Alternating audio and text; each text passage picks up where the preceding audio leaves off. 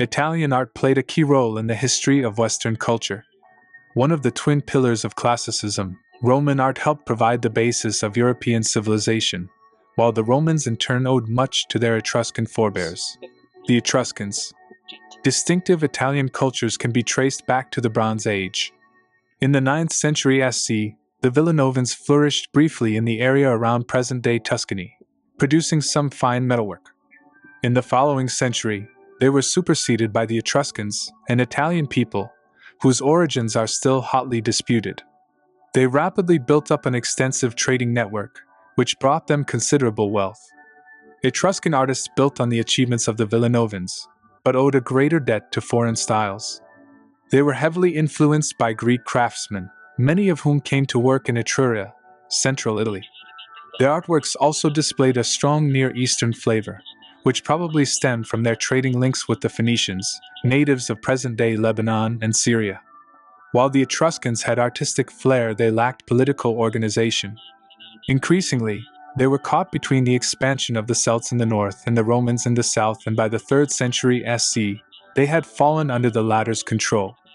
Founded by Romulus, son of the god of war, in 753 SC, the city rose to greatness during the period of the Republic, 510 to 27 SC. The Romans borrowed from the Etruscans and the Greeks, copying slavishly from the latter, employing traveling craftsmen to carry out the task. The rank of artists was not as high as in Greece, and the creators of many of the Romans' greatest monuments are unknown. They did, however, pioneer a taste for realism, shown in their portrait sculptures and still-life paintings. She-Wolf the wolf figure is Etruscan, but the sculptures of Romulus and Remus were added by Antonio Pagliuolo in Cent 1484-96. 6th century BCE bronze, height 75 centimeters, Museo Capitolino, Rome, Italy. Etruscans and Ancient Rome. Etruscan art. Italy, c. 2 ND century BC. Before the emergence of the Romans, Italy was dominated by the Etruscans, a people who appear in the historical record around the 8th century SC. Their trading links brought them into contact with many cultures, but their art was chiefly influenced by the Greeks. The Etruscans were concerned with the preservation of the body in the afterlife, and they developed an elaborate cult of the dead. They created huge necropolises and staged funeral games, a precursor of the gladiator combats in ancient Rome. They decorated their tombs with lively murals, illustrating the sporting contests. The finest examples can be found in central Italy at Tarquinia and Cerveteri, both of which have been classed as World Heritage Sites. The Etruscans were also noted for their tomb sculpture and high-quality metalwork. The latter includes some remarkable bronze mirrors, decorated with mythological scenes, highlighting the benefits of physical beauty. Sarcophagus of a married couple from the Banditaccia necropolis in Cerveteri. The couple recline, as if at a banquet. The wife anoints her husband's hand with perfume, a traditional funeral ritual. C520-510 Ace, terracotta, 111 by 194 centimeters, Louvre, Paris, France. Versa dancing. From the Tomb of the Augurs, the paintings in this tomb depict some of the sporting activities that the Etruscans staged at their funerals. Many involve a masked figure, fursu, which, via Latin, may be the source of the word person. C530-520 Ace. Wall painting, Tomb of the Augurs, Tarquinia, Italy. Clos Altaic. Bird decoration. The tomb gained its nickname from the augur, a classical priest whose duty was to predict the future and interpret the will of the gods, by observing the flight and cries of birds. Roman painting. C. 510 BC 476 C. Only as small number of Roman painting shapes survived. From written sources, we know that the Romans produced panel paintings on a variety of wooden surfaces, but these have vanished almost without trace. However, the preservation of houses at Pompeii and Herculaneum, following the eruption of Vesuvius in 79 C, provides a clearer picture of Roman wall paintings. These were executed using a traditional fresco technique, with watercolors applied on wet plaster. Historians have detected 4 different styles of decoration in the remains at Pompeii, but there is less agreement about their source. Some murals may have been modeled very closely on Greek and Hellenistic examples, but no Hellenistic painting survives to judge from. Roman artists had a feeling for nature and a taste for realism. There was an interest in closely observed landscapes, which created the illusion of distance, as if the viewer was looking out of a window. Paintings of gardens were particularly popular. Artists did not feel constrained to include human figures in these, but portray flowers, birds, and shrubs. This same detail can be observed in Roman still lifes. Woman selling cupids discovered in the Villa Ariana at _Stabi, a luxury seaside retreat just south of Pompeii. This curious, light-hearted theme later captured the imagination of neoclassical artists. Angelica Kauffman was one of many to produce a version of it. C1 SD century BC 79 CE, fresco, 28 x 35 cm, Museo Archeologico Nazionale, Naples, Italy. Antiquity has not ceased to be the great school of modern painters, the source from which they draw the beauties of their art. Jacques-Louis David, 1748–1825. Cupid's making gold / his example of the fourth style of Roman painting comes from a house owned by two merchants called Vedius. It can be dated precisely, as their home was rebuilt after the earthquake of 62 CE. Roman artists portrayed cupids in a wide variety of whimsical subjects. There are even scenes of them playing games such as hide-and-seek and blind man's buff. 62 CE, fresco, Museo Archeologico Nazionale, Naples, Italy. Portrait of a married couple. This couple have been tentatively identified as a baker, Terentius Neo, and his wife. He holds a scroll, which may be their marriage contract, while she has a wax tablet and stylus pen. /SD century C, fresco, 58 by 52 centimeters, Museo Archeologico Nazionale, Naples, Italy. The head of Silenus with a mask. This is part of a fresco cycle, illustrating the initiation rites for a backsheet cult. C60-50 fresco, Villa of the Mysteries, Pompeii, Italy. Still life with peaches in their still life paintings. Roman artists achieved a freshness and an eye for detail that no one attempted to equal for many centuries. This outstanding example was discovered in house in Herculaneum. C50 fresco, 35 x 34 centimeters, Museo Archeologico Nazionale, Naples, Italy. CLOS Luke. Illusionistic effects. Roman painters loved showing off their technical skills. Eine genuine tour de force.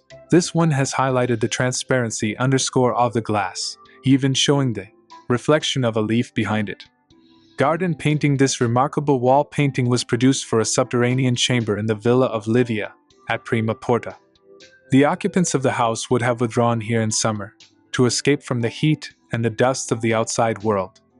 C20 BC fresco, height 200 centimeters, Museo Nazionale Romano, Rome, Italy. Roman sculpture.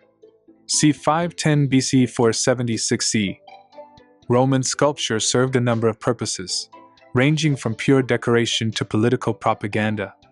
Statues were designed to boost an emperor's prestige, while columns and triumphal arches, covered in high-relief carvings, commemorated his achievements in vivid detail. The Emperor Augustus commissioned a huge number of portrait sculptures.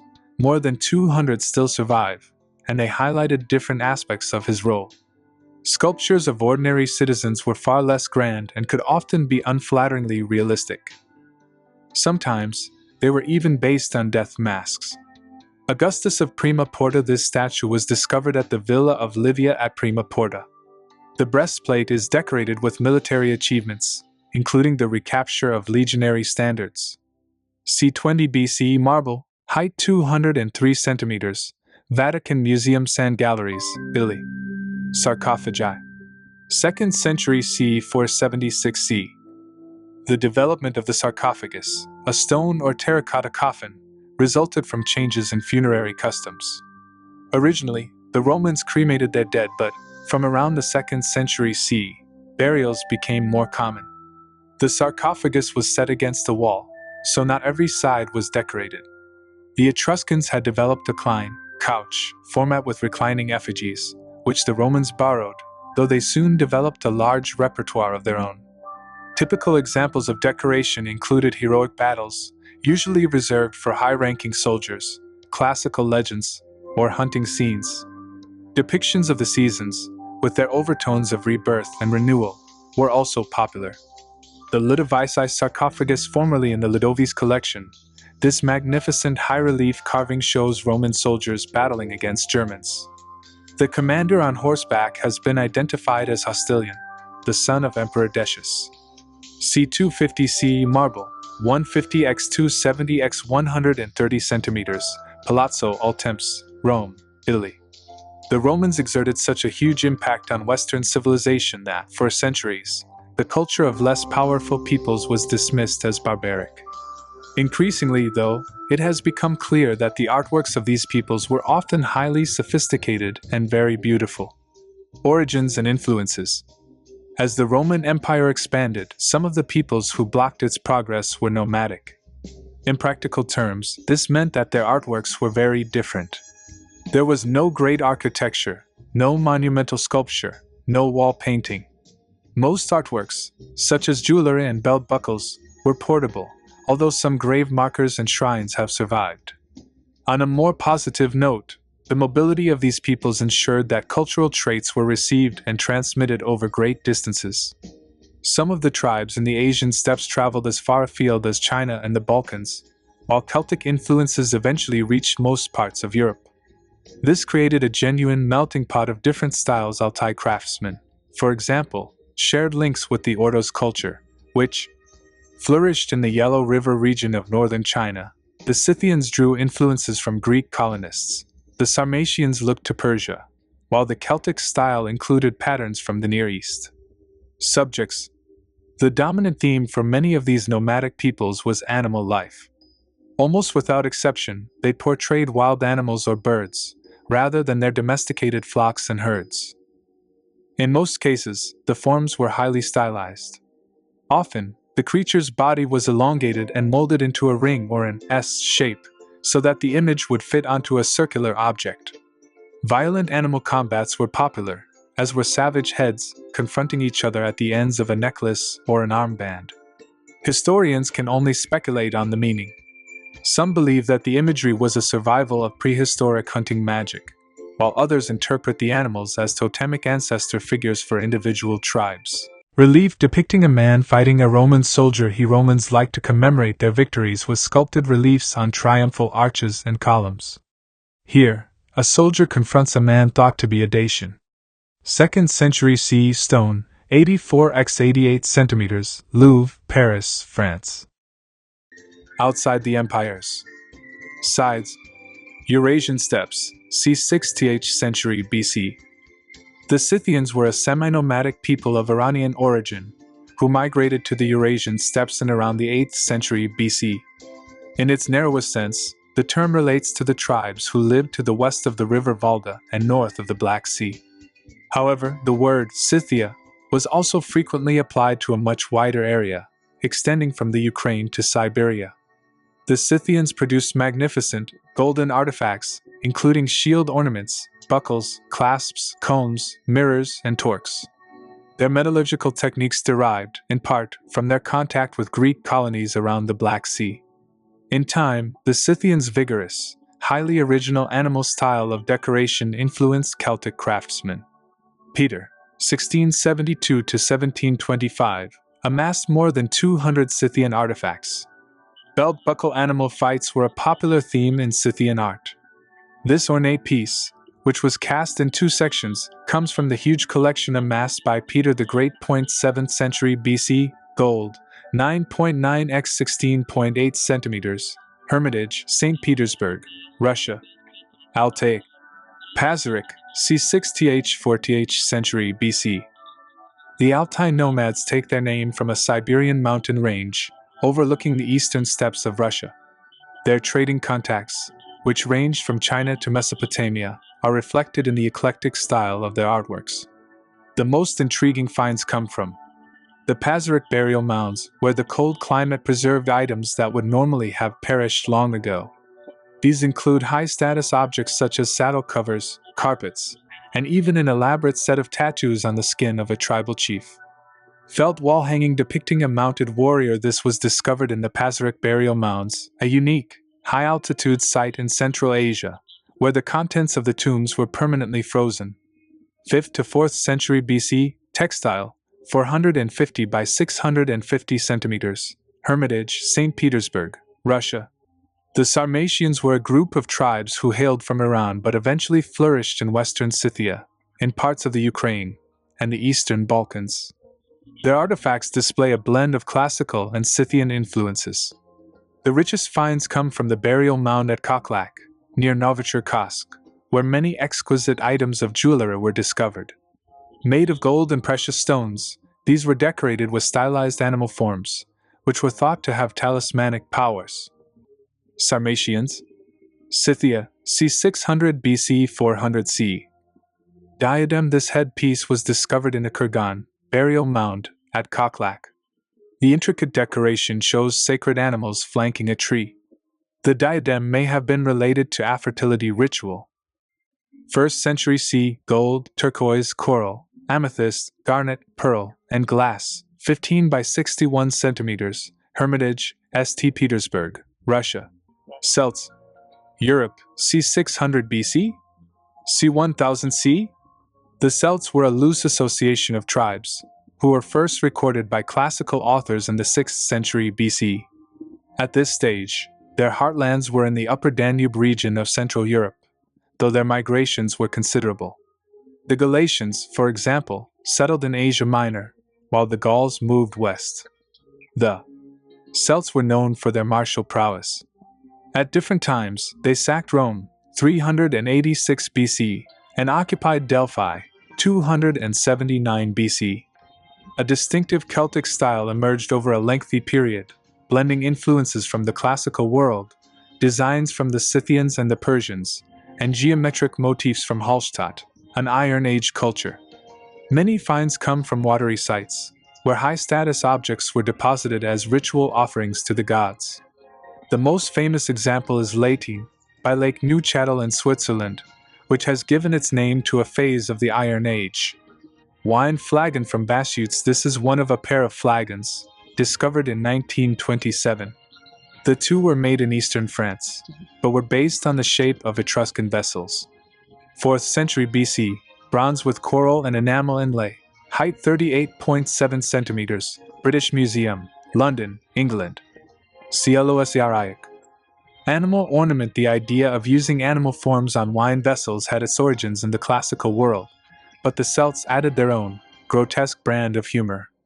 Here, a canine creature that orms the handle looms over a stylized cat on the lid of the jug. This, in turn, casts a predatory eye over a duck swimming happily up the spout. The Agri's helmet. This outstanding example would originally have been surmounted by a crest, now broken off at its base. 4th century BC, iron, bronze, gold, coral inlay, height 21.4 centimeters, Musée archéologique et historique, Angoulême, France.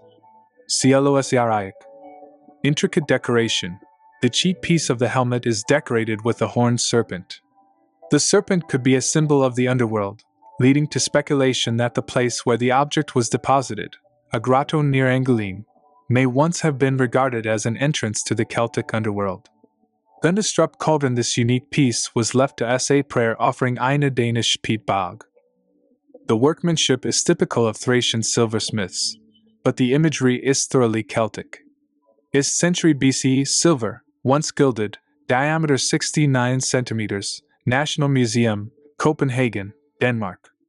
Figure of a god. This Gaulish sculpture from Bourret, France, has strong Roman influences, but the torque and the animal hooves confirm that it is a Celtic deity. 1st century BC, 1st century CE, bronze, height 42 centimeters, Musée des Antiquités Nationales, Saint-Germain-en-Laye, France. From being an obscure sect in Palestine in the 1st century CE, Christianity rose to become the state religion of the Roman Empire in 313 CE. As the congregation swelled, so too did the demand for artworks that would provide a focus for Christian prayer and teaching. Early Christian art. The term, early Christian, describes the period between c. 300 and 750, when the influence and organization of the faith were growing rapidly in the West. To begin with, it was a clandestine religion. Persecution by the Roman authorities, which reached a peak during the reign of Diocletian, 284 to 305, ensured that meetings were held in secret and artworks were either portable or, as in the case of the catacombs, hidden away from public view. The situation improved in 313, when Emperor Constantine granted Christians full religious freedom. Even so, it took time for Christian artists to develop their own religious language. Images of the crucifixion, for example, were abhorrent, because this degrading form of execution was reserved for slaves and criminals. Instead, artists borrowed ideas from classical depictions of Roman gods. Their favorite theme was the Good Shepherd, which was frequently depicted in paintings, mosaics, and carvings, but fell out of favor after the Middle Ages. Byzantine art.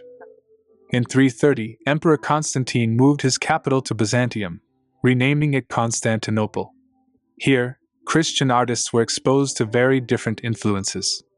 The city was Greek, but affected by cultures of the Near East. Byzantine artists created their first religious masterpieces in mosaic, some of the finest examples created at Ravenna. After the fall of Rome, Ravenna played a key role, as Justinian made it its capital in the west. The veneration of holy images led to problems in the 8th century, when it was deemed idolatrous. During the iconoclastic crisis, since 725-843, thousands of religious works were destroyed. In later Byzantine art, wall paintings and icons played a growing role.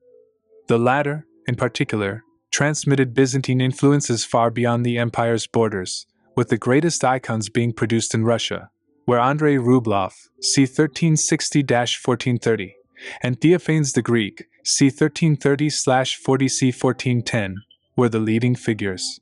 Relief depicting a man fighting a Roman soldier Romans liked to commemorate their victories with sculpted reliefs on triumphal arches and columns. Here, a soldier confronts a man thought to be a Dacian.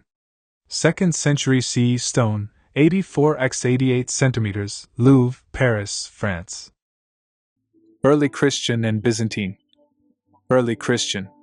Roman Empire, c. 300-750 CE. In the West, Christian art appeared before the religion was officially established in 313. Some of the earliest examples can be found in the catacombs, the subterranean burial galleries just outside Rome, which were used for covert prayer meetings during the days of persecution. The images there are very basic, often little more than a symbol: a fish, a dove, an anchor, the cross. More ambitious artworks were generally inspired by classical models. Christ was frequently depicted as a beardless youth, a form that derived from statues of Apollo, Mercury, or Orpheus. Once Christianity had been sanctioned officially by the emperor, this allowed artists to place greater emphasis on the grandeur of the Lord. Working within the Byzantine tradition, the mosaics produced by artists at Ravenna were on a far grander scale than previous work. The three Hebrews in the fiery furnace/he biblical tale of Shadrach, Meshach, and Abednego, Daniel 2, had particular resonance, at a time when Christians were still threatened with persecution. Late 3rd century, fresco, Catacombs of Priscilla, Rome, Italy. The raising of Lazarus, scenes from the life of Christ. Early Christian artists often used imperial imagery to underline the majesty of Jesus. Here, a young and beardless Christ is shown wearing purple robes, a color associated with kings and emperors. 6th century, mosaic, Sant'Apollinare Nuovo, Ravenna, Italy. The Good Shepherd, a very popular early Christian theme. The youthful figure of Christ is based on classical statues of Mercury, the protector of flocks. The sheep returned to the fold symbolizes the repentant sinner. c. 300 marble, Pio Christian Museum, Vatican City, Italy. Byzantine. Eastern Mediterranean, 330 c. 1453. Byzantine art flourished from 330 CE, when Constantinople was founded, until 1453, when the city fell to the Turks. Within this huge time span, the boundaries of the empire fluctuated considerably, though this did not prevent Byzantine trends from affecting artistic developments as far afield as Italy, Egypt, and Russia. In 395, following the death of Theodosius the Great, the empire was divided, and the artistic traditions of its two halves rapidly began to diverge. In the West, constant warfare led to an era of diminished artistic production, while in Byzantium a new order of artwork emerged. Religious icons and imperial images were venerated, and their appearance was strictly controlled. Their forms were symbolic and stylized, and any artistic individuality was frowned upon. In other fields, Byzantine craftsmen serviced a thriving market for luxury objects. The quality of their silks, jewelry, cloisonné enamels, and carved ivories was outstanding. The latter of 10 took the form of diptychs, adorned with religious or imperial subjects. Emperor Justinian and attendants Justinian commissioned this mosaic, shortly after his troops had captured Ravenna from the Ostrogoths. He never visited the city, but this portrait emphasized his official presence in his western capital. C. 547 Mosaic, San Vitale, Ravenna, Italy. Celts. Divine status Justinian Isham with a halo, underlining the theocratic nature of the emperor's role. He is God's representative on earth, playing a central role in the celebration of Massachusetts. In his left hand, he carries a golden paten that will hold the communion breads. The Barberini ivory. The central panel depicts the emperor triumphant. Above, Christ offers a blessing, flanked by winged victories. Below, earthly powers pay homage. Early 6th century ivory, 34.2 by 26.8 centimeters, Louvre, Paris, France. The Old Testament Trinity painted by Andrei Rublev, this depicts the three angels who visited Abraham. Byzantine artists used this theme to illustrate the Holy Trinity. C. 1411, tempera on panel, 142 x 114 centimeters, Tretaikov Gallery, Moscow, Russia. The Anastasis, Descent into Limbo, created for the Kora Monastery, now a museum. This shows Christ rescuing the souls of the virtuous.